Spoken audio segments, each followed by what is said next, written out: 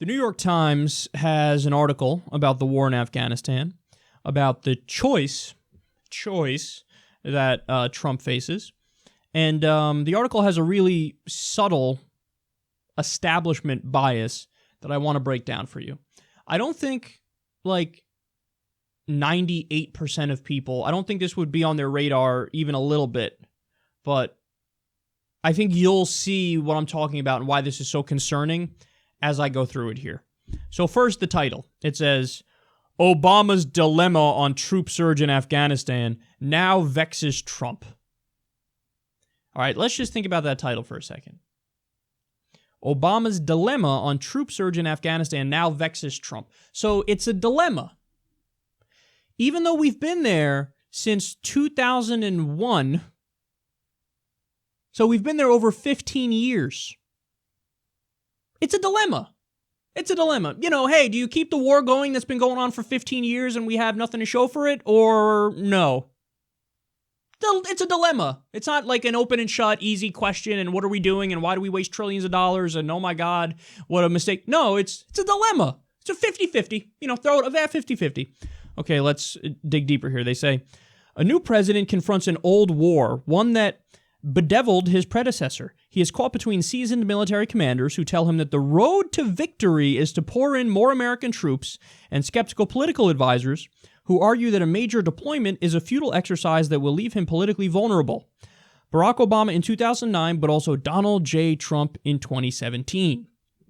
As Mr. Trump faces his most consequential decision yet as commander-in-chief, whether to send thousands more troops to Afghanistan, where a truck bomb on Wednesday offered a brutal reminder that the 16-year-old war is far from over, his administration is divided along familiar fault lines. The dispute pits two generals who had formative experiences in Afghanistan, Defense Secretary Jim Mattis and the National Security Advisor Lieutenant General H.R. McMaster, against political aides, led by the chief strategist Stephen K. Bannon, who fear that sending in more troops would be a slippery slope toward nation building. Quote, "It is time to get out of Afghanistan," Mr. Trump wrote on February 27, 2012. "We are building roads and schools for people that hate us. It is not in our national interests. Why are we continuing to train these Afghanis who then shoot our soldiers in the back?" He wrote on August 21st, 2012. "Afghanistan is a complete waste. Time to come home."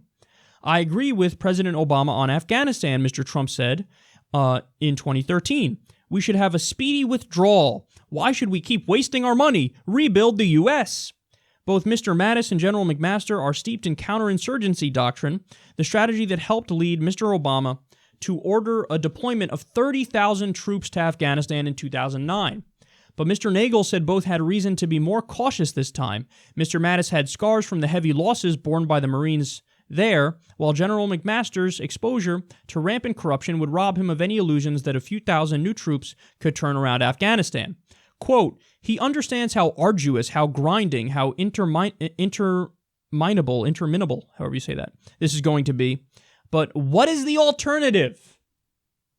So what's the alternative to doing more war and staying there longer and increasing troop levels? That's what they're saying. So let's discuss why this is a terrible article. First of all, the article should have been totally based on those Donald Trump comments that he made in 2012, 2013, and around that time frame. Because then you point out, oh, hey, look, the president might be a liar and might be a hypocrite and might go back on his word when he had this really strong stance. He said, what are we doing in Afghanistan? It's a waste of time. We're building roads and bridges for people who don't like us. I don't trust them. It's a waste of resources. Let's rebuild here at home. The article should have been, hey, look at what Donald Trump said on this issue not that long ago, and then look at what he believes now. Now it's a dilemma. Hey, 50-50. What, do I send thousands more troops there for an endless war? Or not? So I don't know, 50-50. Here, I'll throw it. It's a dilemma. So the article shouldn't be, the article is written leaning in the direction of the perspective of the generals. And what's the perspective of the generals? You're going to be shocked to find this out. Always more war. They even say, even after saying hey, they've learned their lesson, this is harder than they thought, and yada, yada, yada, they go on to say, but what's the other option? Here, I'll tell you the other option. Get the fuck out. That's the other option. but then we do that and then bad things are going to happen. Bad things are happening right now. The Taliban controls 40% of Afghanistan. That's more than when we fucking went in there. So it's been empirically, objectively, you can measure it. It's been a failure. It's like the drug war. We're going to limit or stop drug use. Really? The same number of people or more people are doing drugs now than they did before you flushed $1 trillion down the goddamn toilet and ruined the lives of millions of people. So it's been a failure. By any objective measure, it's a failure. War on terror? Same thing. War in Afghanistan? Same thing. Same thing. By the way, notice originally it was we got to go into Afghanistan and get Osama bin Laden. Osama's dead, bitch. Why are we still there? That was the original reason. We got to go get Osama. We got to go get Osama. We got to go get Osama. Well, that's why we got to go. We got to go do the war in Afghanistan. That's the reasonable war. We got to go do it because Osama's there. Okay, great. He's dead. Come the fuck home. What are you waiting for? They just keep moving the goalposts. Well, yeah, okay, so we got Osama, but now we got to get Al-Qaeda. Al-Qaeda's there. Okay, really? You want to get Al-Qaeda? There's only like a couple hundred Al-Qaeda guys in Afghanistan. Why you got to get Al-Qaeda? Okay, but you got Al-Qaeda. So now come home. So first you said I got to get Osama. You got Osama. You didn't come home. Then you said I got to get Al-Qaeda. You got Al-Qaeda. Then you didn't come home. Then you said we got to fight the Taliban. But the Taliban is always going to fucking be there. They're a guerrilla army that's housed in that region. So what the fuck are you going to do? You can't fucking ever get rid of them. And guess what? Whether you leave now or whether you leave decades from now and waste trillions more dollars and have more Americans die, guess what? The Taliban's going to go from controlling about 40% of Afghanistan, like they do right now, to being resurgent and getting at least 60% of Afghanistan. So you either rip off the Band-Aid now or you rip it off later, bitch. There's no winning. But no. The article is still written from the perspective of the generals, as if they're serious. Like, yeah, you know, he's wearing a nice outfit and he's got a uniform on, so we take him seriously. He's General McMaster, but he's General H.R. McMaster. I just used initials. He must be really serious. He must be. Have we learned none of the lessons of history? What happened in Vietnam? In Vietnam, guess what? The general said, shocker, at every turn, we need more troops. We need more troops. We're gonna win in just a little bit if you give me more troops. We're gonna win, just give me more troops. That's always what they say. Because when all you have is a hammer, everything looks like a nail. I gotta more troops, I gotta fight, I gotta do a war. We've been there fucking 16 years.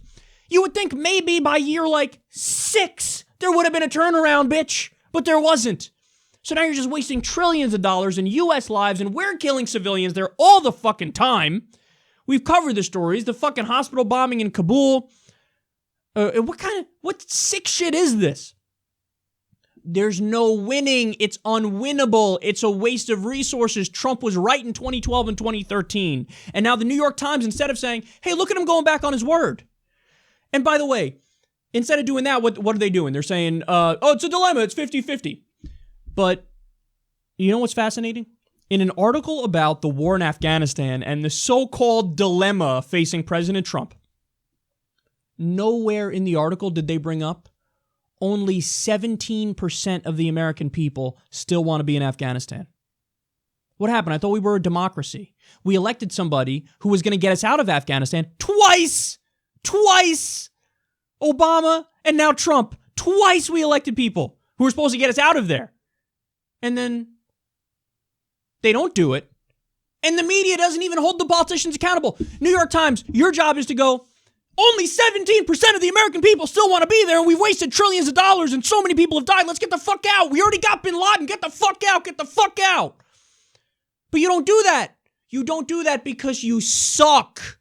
You blow. You're horrendous at your job. I'm a YouTube host, and I do better than you do.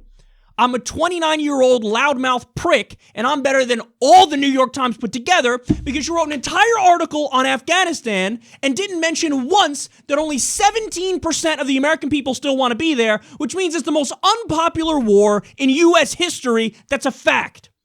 It's more unpopular than Vietnam right now. And instead of writing an article saying Trump said he would get us out, now he's considering keeping us in, and the generals want to keep us in, and that's only what 17% of Americans want. Instead of calling out the people in power and saying, you're not doing your fucking job of representing the American people, what do? You write bullshit, fake neutrality, fluff piece propaganda. That's what you do.